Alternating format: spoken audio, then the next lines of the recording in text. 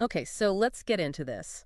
We've got some really interesting source material here, um, focusing on this Black Samurai Thailand outfit and, well, everything happening with cannabis over there. Yeah, it's a fascinating situation. So the plan for this deep dive is to unpack that material, figure out, who is Black Samurai, what's their angle, apparently it's quite unique, and maybe what their story tells us about Thailand's cannabis market since things changed. Right, since decriminalization kicked everything off. Yeah. That name, Black Samurai, it definitely grabbed your attention. It does. Talk of a warrior ethos. I mean, in the cannabis space, you got to ask what that's about. Well, the sources paint them as having a very different philosophy compared to a lot of the market noise, Yeah. especially with how fast things are moving in Thailand. Okay, so let's set that scene first, based on what we read. Thailand decriminalized cannabis, what, June 2022? That's right.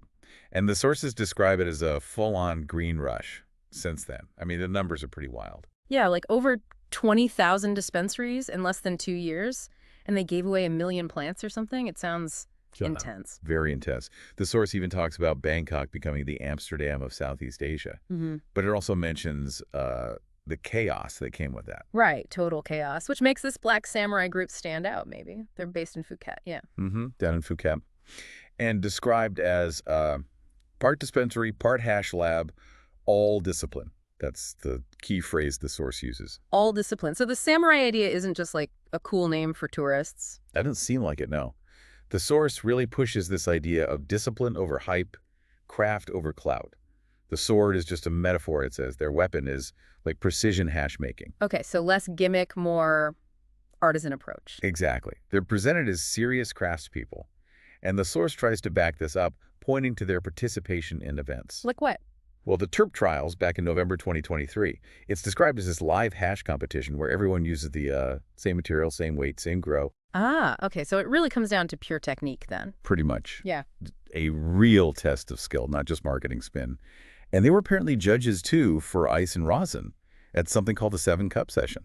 So they're building credibility within the scene, but operating in what the source calls this Wild West market.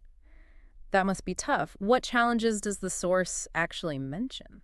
It sounds, well, pretty difficult. The market's not stable at all. Loads of imports coming in, foreign money pouring in and maybe dominated. Prices crashing too, right? Yeah, prices crashing.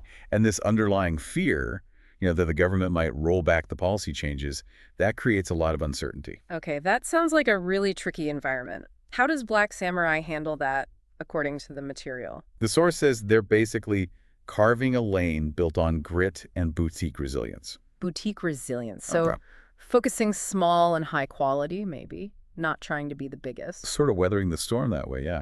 Doubling down on their specific craft, their niche, rather than mass market appeal. And genetics are part of that niche. I saw a mention of Samuraiklan genetics. Yep. Launching, I think it said 10 premium seed packs across 8 different elite strains. Any examples jump out? Forbidden lime, mochi, apple yuzu. Strains bred specifically, the source emphasizes, for flavor, power, and precision. It all ties back to that craft philosophy then. It seems so. Earning respect through skill, community, competition, not just, influencer hype or charging crazy prices like $75 eighths, which the source specifically calls out. So what this case study kind of suggests, pulling it all together from the source, is maybe in this super chaotic, fast-growing Thai market, there's this other path, focusing on skill, quality, discipline. Right, a counter-narrative to just rapid expansion and hype. Building something on substance, maybe? It's definitely an interesting approach, especially given all that instability the source describes. Yeah, different way to navigate the green rush. And the source ends with quite a statement. Thailand's cannabis script is still being written, but Black Samurai has already carved their chapter. Strong words. Carved their chapter in ink and resin, I think it was. It was.